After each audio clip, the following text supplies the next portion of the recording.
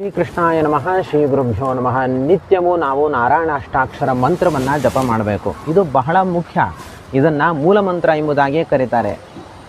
ಆ ಗಾಯತ್ರಿ ಮಂತ್ರವನ್ನು ಜಪ ಮಾಡಿದ್ಮೇಲೆ ಅದರ 3 ಪಟ್ಟು ನಾರಾಯಣ ಮಂತ್ರವನ್ನು, ನಾರಾಯಣಾಷ್ಟಾಕ್ಷರ ಮಂತ್ರವನ್ನು ನಾವು ಜಪ ಮಾಡಬೇಕು. ಅಷ್ಟೇ ಅಲ್ಲದೇ ಪೂಜೆಯಲ್ಲಿ ಪ್ರತಿಮೆಯಲ್ಲಿ ಭಗವಂತನ ಸಾನ್ನಿಧ್ಯ ಬರಬೇಕು ಅಂದರೂ ಕೂಡ ಮೂಲ ಮಂತ್ರವನ್ನು ಜಪಿಸಿದರೆ ಮಾತ್ರ ಆ ಪ್ರತಿಮೆಯಲ್ಲಿ ಭಗವಂತನ ಸಾನ್ನಿಧ್ಯ ಉಂಟಾಗುತ್ತೆ. ಹಾಗೂ ನೈವೇದ್ಯ ಮಾಡಬೇಕಾದ್ರೂ ಕೂಡ ಭಗವಂತ ನೈವೇದ್ಯ ಪದಾರ್ಥಗಳನ್ನು ಸ್ವೀಕಾರ ಮಾಡಬೇಕು ಅಂದರೆ ಮೂಲ ಮಂತ್ರದಿಂದಲೇ ನೈವೇದ್ಯವನ್ನು ಸಮರ್ಪಣೆ ಮಾಡಬೇಕು. ಅಷ್ಟೇ ಅಲ್ಲ, ಭಗವಂತನಿಗೆ ಯಾವುದೇ ಉಪಚಾರಗಳನ್ನು ಸಮರ್ಪಣೆ ಮಾಡಬೇಕಾದ್ರೆ ಅಂದರೆ ಷೋಡಶ ಉಪಚಾರಗಳನ್ನು ನಾವು ಸಮರ್ಪಣೆ ಮಾಡಬೇಕಾದರೆ ಮೂಲ ಮಂತ್ರವನ್ನು ಹೇಳಿಯೇ ಆ ಉಪಚಾರಗಳನ್ನು ಭಗವಂತನಿಗೆ ಸಮರ್ಪಣೆ ಮಾಡಬೇಕು. ಹಾಗಿದ್ದರೆ ಈ ಮೂಲ ಮಂತ್ರಕ್ಕೆ ಎಲ್ಲಿಲ್ಲದ ವೈಶಿಷ್ಟ್ಯ ಹೇಗೆ ಬಂತು, ಯಾಕೆ ಬಂತು? ನಾರಾಯಣಾಷ್ಟಾಕ್ಷರ ಮಂತ್ರವನ್ನು ಜಪಿಸದೇ ಇದ್ದರೆ ಅವನಿಗೆ ಪೂಜೆ ಮಾಡುವ ಅಧಿಕಾರವೂ ಇಲ್ಲ, ಜಪಾಧಿಕಾರವೂ ಇಲ್ಲ. ಹಾಗಿದ್ದರೆ ಎಲ್ಲಿಲ್ಲದ ವೈಶಿಷ್ಟ್ಯ ಈ ಮಂತ್ರಕ್ಕೆ ಯಾಕಿದೆ, ಹೇಗಿದೆ ಎಂಬುದನ್ನು ಈಗ ತಿಳಿದುಕೊಳ್ಳುವ ಮೊದಲು ನಾರಾಯಣ ಎಂಬ ಪದದ ಸ್ವಾರಸ್ಯವನ್ನು ನಾವು ತಿಳಿದುಕೊಂಡ್ರೆ ಇದು ಅರ್ಥ ಆಗುತ್ತೆ. ವೇದಗಳು ಪ್ರಣವದ ವ್ಯಾಖ್ಯಾನ. ಎಲ್ಲ ವೇದಗಳ ಸಾರರೂಪವಾದದ್ದೇ ಪ್ರಣವ. ಇದೆಲ್ಲರಿಗೂ ಕೂಡ ತಿಳಿದಿರುವಂತಹ ವಿಚಾರವೇ ಆಗಿದೆ. ಈ ಪ್ರಣವದಲ್ಲಿ ಒಟ್ಟು 8 ಅಕ್ಷರಗಳು ಸೇರಿಕೊಂಡಿವೆ. ಈ 8 ಅಕ್ಷರಗಳಲ್ಲಿ ಮೊದಲನೆಯದ್ದೇ ಆ ಅನ್ನುವಂತಹ ಅಕ್ಷರ. ಈ ಅಕಾರವು ಚತುರ್ಮುಖ ಬ್ರಹ್ಮದೇವರಿಂದ ಮೊಟ್ಟ ಮೊದಲು ಹೊರಹೊಮ್ಮಿದೆ, ಭಗವಂತನಿಂದಲೂ ಕೂಡ ಮೊಟ್ಟ ಮೊದಲು ಹೊರಹೊಮ್ಮಿದೆ. ಈ ಅಕಾರಕ್ಕೆ ಎಲ್ಲಿಲ್ಲದ ವೈಶಿಷ್ಟ್ಯ ಇದೆ. ಈ ಅಕಾರವೇ ನಾರಾಯಣ ಆಗಿದೆ. ಅದು ಹೇಗೆ ಅನ್ನೋದನ್ನು ಈಗ ತಿಳಿದುಕೊಳ್ಳೋಣ. ನಾರಾಯಣ ಎಂಬಲ್ಲಿ ಒಟ್ಟು 6 ಅಕ್ಷರಗಳಿದೆ. ನಾ ರಾ, ಇಲ್ಲಿ ದೀರ್ಘ ಇದೆ ಅಲ್ವಾ, ನ ಆ ರ ಆ ಅಂತ ಮಾಡಿದ್ರೆ ಒಟ್ಟು 4 ಅಕ್ಷರ ಆಗುತ್ತೆ. ಯಕಾರ 1 ಅಕ್ಷರ, ನಕಾರ 1 ಅಕ್ಷರ, ಒಟ್ಟು 6 ಅಕ್ಷರಗಳು ಇಲ್ಲಿ ಇದೆ.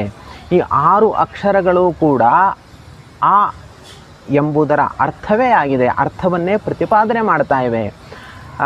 ಅಕಾರಕ್ಕೆ ಅನ್ಯತ್ವ, ವಿರೋಧ ಹಾಗೂ ಪ್ರತಿಷೇಧ ಅಂತ 3 ಅರ್ಥಗಳು ಶಾಸ್ತ್ರದಲ್ಲಿ ಪ್ರಸಿದ್ಧವಾಗಿವೆ. ಈ 3 ಅರ್ಥಗಳನ್ನೇ ಈ ನಾರಾಯಣ ಅನ್ನುವಂತಹ ಪದವು ಪ್ರತಿಪಾದನೆ ಮಾಡ್ತಾ ಇದೆ. ನಾ ಅಂತಂದರೆ ಅಲ್ಲ ಅಲ್ಲ ಅಂತ ಅರ್ಥ. ನ ಮತ್ತು ಆ 2 ಅಕ್ಷರ ಇದೆ ಅಲ್ವಾ, ಎರಡಕ್ಕೂ ಕೂಡ ಅಲ್ಲ ಅಲ್ಲ ಎಂಬುದಾಗಿ ಅರ್ಥ. ಹಾಗೆ ರಾ ಅಂತಂದರೆ ಇಲ್ಲ ಇಲ್ಲ ಅಂತ ಅರ್ಥ. ರಾ ಅದಕ್ಕೂ ಇಲ್ಲ ಅಂತ ಅರ್ಥ. ರಕಾರದ ಮುಂದೆ ಇರುವಂತಹ ಏನು ಆ ಇದೆ ಅದಕ್ಕೂ ಕೂಡ ಇಲ್ಲ ಅಂತಲೇ ಅರ್ಥ.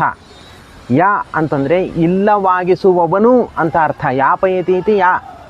ಇನ್ನು ನಾ ಅಂದರೂ ಒಂದೇ ಅರ್ಥ. ಆದ್ದರಿಂದ ನ ಅಂತಂದರೆ ವಿರುದ್ಧವಾದದ್ದು ಅಂತ ಅರ್ಥ. ಹೀಗೆ 6 ಅಕ್ಷರಗಳು ಕೂಡ ಆ ಆಕಾರದ ಅರ್ಥವನ್ನೇ ಪ್ರತಿಪಾದನೆ ಮಾಡ್ತಾ ಇವೆ. ಮೊದಲು ನಾ ಅಂತ ಹೇಳಿದಾಗ ಅಲ್ಲ ಅಲ್ಲ ಅಂತ ನಾವು ಅರ್ಥವನ್ನು ನಾವು ತಿಳಿದುಕೊಂಡ್ವು. ಅಲ್ಲ ಅಲ್ಲ ಅಂದರೆ ಭಗವಂತನು ಜೀವ ಅಲ್ಲ, ಜಡನೂ ಅಲ್ಲ, ಅವನು ಸರ್ವೋತ್ತಮ, ಸರ್ವವಿಲಕ್ಷಣನಾಗಿ ನಮ್ಮ ಹೃದಯ ಗುಹೆಯಲ್ಲಿ ಬಿಂಬರೂಪನಾಗಿದ್ದು ನಮ್ಮನ್ನು ರಕ್ಷಣೆ ಮಾಡ್ತಾನೆ ಎಂಬುದಾಗಿ ಅರ್ಥ. ಆದ್ದರಿಂದ ನಾ ಅಂತ ಅಂದರೆ ಭಗವಂತನು ಜೀವನೂ ಅಲ್ಲ, ಜಡನೂ ಅಲ್ಲ ಅಂತ ಅರ್ಥ. ಇನ್ನು ರಾ ಅಂತಂದರೆ ಇಲ್ಲ ಇಲ್ಲ, ಇವನಲ್ಲಿ ಯಾವುದೇ ದೋಷಗಳು ಇಲ್ಲ, ಜರ ಮರಣ ಮೊದಲಾದ ದೋಷಗಳು ಇಲ್ಲ, ಹಾಗೂ ಇವನಿಗೆ ಸರಿಸಾಟಿಯಾದ ವ್ಯಕ್ತಿಯೂ ಇಲ್ಲ, ಇವನನ್ನು ಮೀರಿಸುವ ವ್ಯಕ್ತಿಯೂ ಕೂಡ ಇಲ್ಲ. ಆದ್ದರಿಂದ ನಾ ಅಂದರೆ ಇಲ್ಲ ಇಲ್ಲ, ಇವನಲ್ಲಿ ದೋಷಗಳು ಇಲ್ಲ, ಇವನಿಗೆ ಸರಿಸಾಟಿಯಾದ ಅಥವಾ ಇವನನ್ನು ಮೀರಿಸುವ ವ್ಯಕ್ತಿ ಇನ್ನೊಬ್ಬ ಇಲ್ಲ. ಆದ್ದರಿಂದ ಇವನು ರಾ ಅಂದರೆ ಇಲ್ಲ ಇಲ್ಲ. ಇನ್ನು ಯಾ ಅಂತಂದರೆ ಇಲ್ಲದಾಗಿಸುವವನು. ಯಾರು ಈ ಭಗವಂತನನ್ನೇ ನಿರಂತರವಾಗಿ ಆಶ್ರಯಿಸಿರ್ತಾರೋ, ಭಗವಂತನ ಉಪಾಸನೆಯಲ್ಲಿ ಆಸಕ್ತರಾಗಿರ್ತಾರೋ ಅಂಥ ಭಕ್ತರಿಗೆ ಸಂಸಾರವನ್ನೇ ಇಲ್ಲದಾಗಿಸುತ್ತಾನೆ. ಯಾಪಯತಿ, ಸಂಸಾರದಿಂದ ಯಾಪಯತಿ ಮೋಕ್ಷಂ ದದಾತಿ. ಆದ್ದರಿಂದ ಇವನು ಯಾ ಇಲ್ಲದಾಗಿಸುತ್ತಾನೆ. ಆದ್ದರಿಂದ ಇವನು ಯಾ. ಮತ್ತು ಕೊನೆಯಲ್ಲಿರುವಂತಹ ನಾ ಅಂತಂದರೂ ನಾ ಅಂದರೂ ಒಂದೇ. ಯಾವ ಪದದಲ್ಲಿ ರೇಫ ಇರುತ್ತೋ, ರೇಫದ ಮುಂದೆ ಒಂದು ವೇಳೆ ನಕಾರ ಇದ್ದರೆ ಅದಕ್ಕೆ ಣತ್ವ ಬರುತ್ತೆ. ಈಗ ರಾಮಾಯಣ ಇದ್ದದ್ದೇ ರೇಫ ಇದ್ದದ್ರಿಂದ ರಾಮಾಯಣ ಆಯಿತು. ಹಾಗೆ ಇಲ್ಲಿ ನಾರಾಯಣ ಎಂಬಲ್ಲಿ ರೇಫ ಇರೋದ್ರಿಂದಾಗಿ ಮುಂದೆ ಇರುವಂತಹ ನಕಾರವೇ ನ ಆಗಿದೆ. ಇಲ್ಲಿರುವಂತಹ ಅಕಾರ ಏನಿದೆ, ನಕಾರ ಏನಿದೆ ಅದಕ್ಕೆ ವಿರುದ್ಧವಾದದ್ದು ಅಂತ ಅರ್ಥ. ಅಸುರ ಅನ್ನುವಂತಹ ಪದವನ್ನು ನಾವು ಪ್ರಯೋಗ ಮಾಡ್ತೀವಿ. ಅಸುರ ಅಂತಂದರೆ ಸುರರು ಅಲ್ಲ ಅಂತ ಅರ್ಥ ಅಲ್ಲ. ಯಾಕೆಂದರೆ ಸುರರು ಅಲ್ಲದವರು ಮನುಷ್ಯರು, ಅವರನ್ನು ಯಾರೂ ಕೂಡ ಅಸುರರು ಅಂತ ಕರೆಯೋದಿಲ್ಲ. ಆದ್ದರಿಂದ ಸುರರಿಗೆ ವಿರೋಧ ಮಾಡುವಂಥವರು ಅಸುರರು.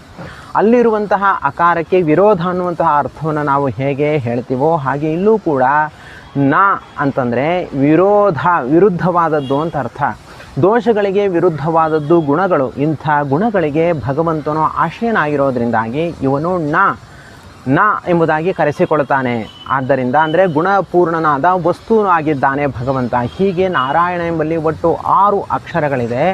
6 ಅಕ್ಷರಗಳು ಅಲ್ಲ ಅಲ್ಲ, ಇಲ್ಲ ಇಲ್ಲ, ಇಲ್ಲದಾಗಿಸುತ್ತಾನೆ ಹಾಗೂ ವಿರುದ್ಧವಾಗಿದ್ದಾನೆ, ವಿರುದ್ಧವಾದ ಗುಣಗಳಿಗೆ ಆಶ್ರಯನಾಗಿದ್ದಾನೆ. ಹೀಗೆ 6 ಅರ್ಥಗಳಿಂದ ಒಳಗೊಂಡಿದೆ.